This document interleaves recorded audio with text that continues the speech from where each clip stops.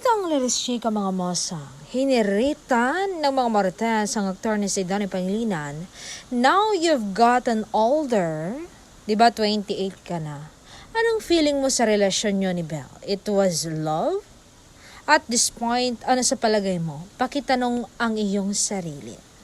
Sabi ng aktor, my heart keeps moving towards her. Yes, ang daming babae na pwedeng mahalin.